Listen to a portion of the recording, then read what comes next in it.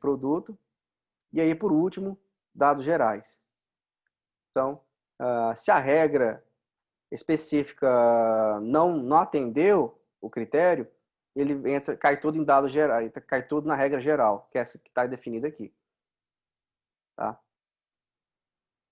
E aí, quanto mais regras você colocar, melhor. E qual é o critério do XML? Na nota, Cabral, pode ter mais de um CFOP. É o primeiro item que vai definir. Então, eu sei que cada um, mas eu queria pegar pelo mais relevante, ou pegar pelo último. Enfim, essa questão não é parametrizável. Então, a gente pode até estudar isso mais à frente, com um critério bem definido, inclusive. Mas, hoje, o critério, o sistema ele é fixo e é o primeiro item que define a importação dessa nota. Então, se o primeiro item do XML tiver o CFAP 502, entra nessa condição que eu acabei de criar. Né? Se nenhum item atende, digamos, o segundo em diante já não entra na regra geral. Né? E aqui aí tem um parâmetro para habilitar a inclusão de documento nesse AP. Então aqui é o seguinte: o sistema foi na Cefaz, ou leu o arquivo do diretório, da pasta, ou pegou do e-mail, mas ele viu que caiu nessa regra aqui. Né? Essa aba, ela pode incluir documentos no SAP? Pode, então o sistema já faz essa tentativa, se tiver parâmetros suficientes. Né? Lembrando que os parâmetros que o sistema precisa são esses parâmetros que estão aqui embaixo. Lógico, tem outros parâmetros também, mas boa parte é o seguinte: você fala assim, entrada, o CFOP, qual documento que tem que usar, se é rascunho ou não, e a utilização e o depósito. Né? Cabral, eu não quero informar o depósito. Né? Eu recomendo que informe o depósito, porque se o depósito for bloqueado, ele tem que vir aqui dar manutenção, né? Não colocar um depósito bloqueado. Mas tem a questão do depósito padrão do item, né? Tem essa configuração também. E aqui na aba de definição de utilização por origem de produto, é basicamente ali a regra do CFOP, só que com a condição a mais, que é a origem do produto. Então, assim, se o produto é nacional, se eu colocar aqui o CFOP 5102, mesmo cenário, só que eu quero colocar aqui compra ativo fixo. Aí, se o produto for de origem estrangeira, aí esse critério aqui, ele vem antes do CFOP. Então, ele vai assumir isso aqui, esse cenário, e vai importar a nota com base nele. Né?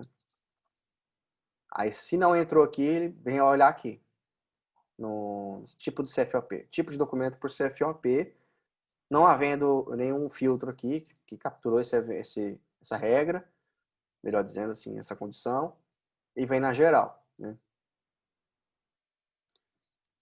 Geralmente só falha a importação em todas as camadas de definição de importação quando a determinação está falhando de alguma forma. Tipo, ela não assume nada. Ela não automatiza nada, nada mesmo.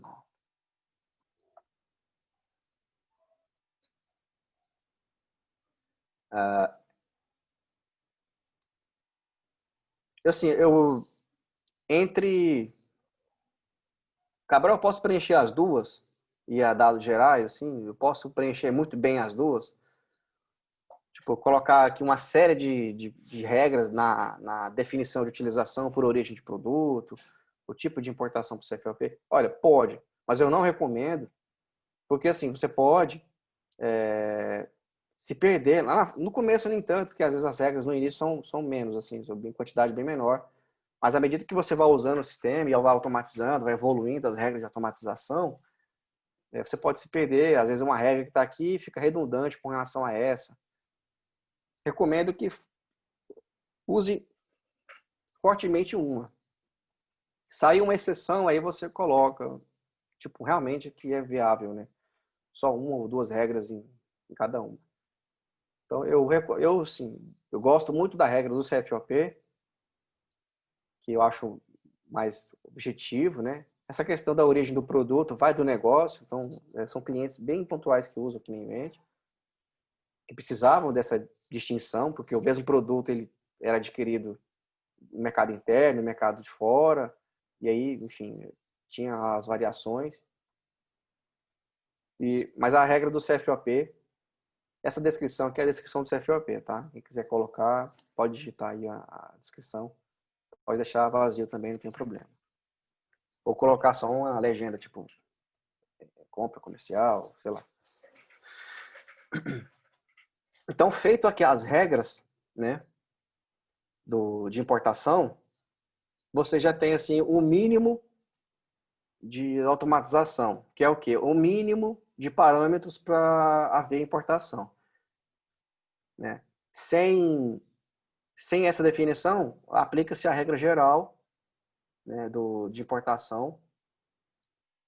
E a regra geral, ela geralmente não passa dela, mas se falhar, o sistema vai acusar que não foi possível importar a nota, ou que não tem, por exemplo, não tem código de imposto, não tem nada. E aqui nos campos de usuário por XML, o recurso ele não é muito novo, assim, ele é novo, mas não é tão assim. Ele é pouco explorado, eu considero assim, porque ele é a seguinte situação. Imagina que vocês tenham tenha acesso a algumas informações do XML, mas que não tem campo nativo no SAP, né? Então, o SAP não tem um campo que representa aquela informação. Então, vocês podem criar campos de usuário na nota, né? E configurar o add-on para ler determinada tag e o conteúdo dessa tag cai nesse campo de usuário, né? Ou então, existe um campo nativo no SAP, né? Mas você quer criar um outro campo, porque o campo nativo ele tem uma finalidade específica dentro da empresa, e você quer criar um campo de usuário para fazer um comparativo com esses dois. Então, tem os dois, né? O seu, por exemplo, código de barras. Você tem o seu código de barras, mas tem um código de barras do fornecedor. Aí você cria um campo de usuário na linha do item, lá na nota, para armazenar o código de barras do fornecedor. Para ter um comparativo ali entre código de barras, seja para automatizar um recurso interno, criar um relatório, enfim, né? E aqui você escolhe, por exemplo, os esquemas, né, que são os pacotes de layout de NFE, de CTE. Por exemplo, vamos colocar aqui o NFE 4.0. Aí você pode criar um exemplo aqui, vou maximizar para ficar melhor aqui.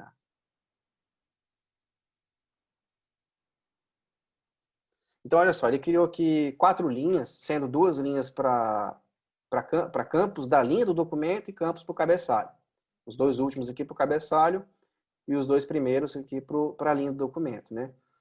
E aqui ele colocou o caminho do XML. Então, lá no XML eu tenho a tag NFE proc, NFE, inf NFE, det, prod, cprod. Nesse caso aqui, esse caminho aqui é o caminho do código do produto. Código, literalmente, que veio no XML.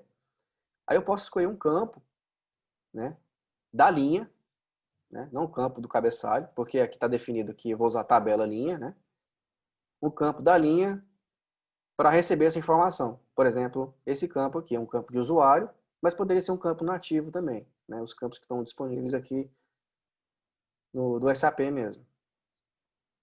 Então, dependendo da configuração do cliente, isso facilita muito, inclusive, na própria determinação, porque alguns campos de usuário você consegue jogar lá na determinação e tal. E isso pode dar mais condições assim, de novas regras e tal. É interessante usar esse recurso, né? E aqui no cabeçalho é a mesma coisa. Você vai ter campos de usuário do cabeçalho, né? Naturalmente são bem mais, né, do que a linha. Né? A maioria são muitos campos do add-on. Esses TX underline aqui são campos do Tax One, da suíte Tax One. Não necessariamente só do Tax One. Mas você pode também colocar campos nativos do SAP. Não tem problema, desde que o campo suporte o dado que vai estar no XML. É muito importante isso. Por exemplo, Esse campo que eu selecionei aqui, ele tem um tamanho 6, mas o XML, ele vem com tamanho, sei lá, até 200. Então tem que ter esse cuidado para não mapear um conteúdo do XML que tem até 200 caracteres, né, até do tamanho 200, num campo no SAP que suporta até 6. Né?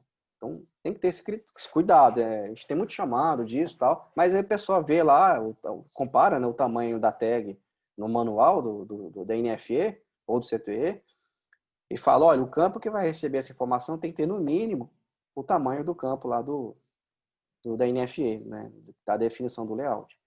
Aí feito isso, aí não dá mais problema, né? Só quando muda o layout da NFE, aí tem que vir aqui e ajustar o campo também. Então, basicamente isso, ou seja, quando importar a nota, ele vai alimentar esse campo, né, com a informação que está na tag, né? E aí você tem essa informação lá na nota, de forma automática, né? E é importante. Poderia preencher manualmente sem nenhum problema, criar consultas formatadas, regras internas, regras em procedure, não tem problema, mas isso aqui facilita muito, né? Especialmente nos impostos. Alguns impostos, por exemplo, você quer ter na nota, mas você não quer ter no código de imposto. Sei lá, ICMS-ST retido, não tem como você calcular ali na nota de entrada no código de imposto, porque cada fornecedor tem uma regra, dependendo do produto e tal. Aí você pode salvar no campo, por exemplo, o campo IVA-ST, né? Você mapeou o caminho do imposto aqui, e esse campo IVA aqui, ó, ST, você pode usar ele lá na fórmula de imposto, né? Então, assim, ó, o SAP ajudando, né, essa parte também aí, facilitando um pouquinho a vida de quem dá manutenção em código de imposto, né? Fora outras condições. E tem também para o CTE, para o NFSC. O NFSC, pessoal, é um pouquinho complicado, porque cada prefeitura tem um layout. Então, assim, algumas prefeituras possuem um layout parecido, ou igual, né, vamos dizer assim, só muda uma tag ou outra. Mas a prefeitura, ela tem que ser vista com cuidado, porque realmente entendo que cada prefeitura é um layout diferente, né? Algumas possuem o mesmo padrão, mas mesmo assim, no mesmo padrão pode ter regras um pouquinho diferentes, né? Não só assim no tamanho do campo, mas no sentido de algumas tags a mais, ou alguma prefeitura obriga uma tag, a outra não. Mesmo sendo o mesmo padrão. Por exemplo, GINFES, Abrasf 2, Abrasf 1.1, 1.0, enfim. Cuidado. Né? E tem aqui as NFEs, versões anteriores, a 2, o CTE, a 3.10, enfim. Atualmente trabalhamos só com a 4 e com essas aqui, a CTOS também, e essas aqui são as mais usadas, né? Mas é só escolher o tipo de XML, que é o esquema, criar uns exemplos, né? E com base neles, você pode... Deixa eu abrir um XML aqui para mostrar. O XML que eu emiti mesmo.